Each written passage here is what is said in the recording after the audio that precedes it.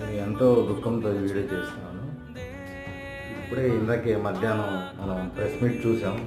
ప్రవీణ్ పగడాలన్న నుంచి cause of death is alcohol తీసుకొని accident ద్వారా మరణించారని చెప్పి తేల్చేశారు పోలీసులు. అయితే ఇంక నిజం అనేది దేవునికే తెలియాలి. పోలీసు వారు చెప్పిన ప్రకారం అయితే ఆల్కహాల్ ఎక్కువగా తీసుకుని చనిపోయారని చెప్పి చెప్పారు.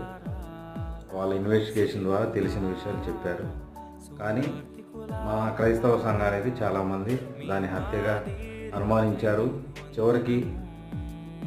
చివరికి అది యాక్సిడెంట్గా క్లియర్ చేశారు. ఇంకా దేవుని నామానికి స్తుతి కలగాలని, ఆ నిజం అనేది ఏదైనా ఉంటే కనుక అది బయట పెడతారని మేము అనుకుంటున్నాం.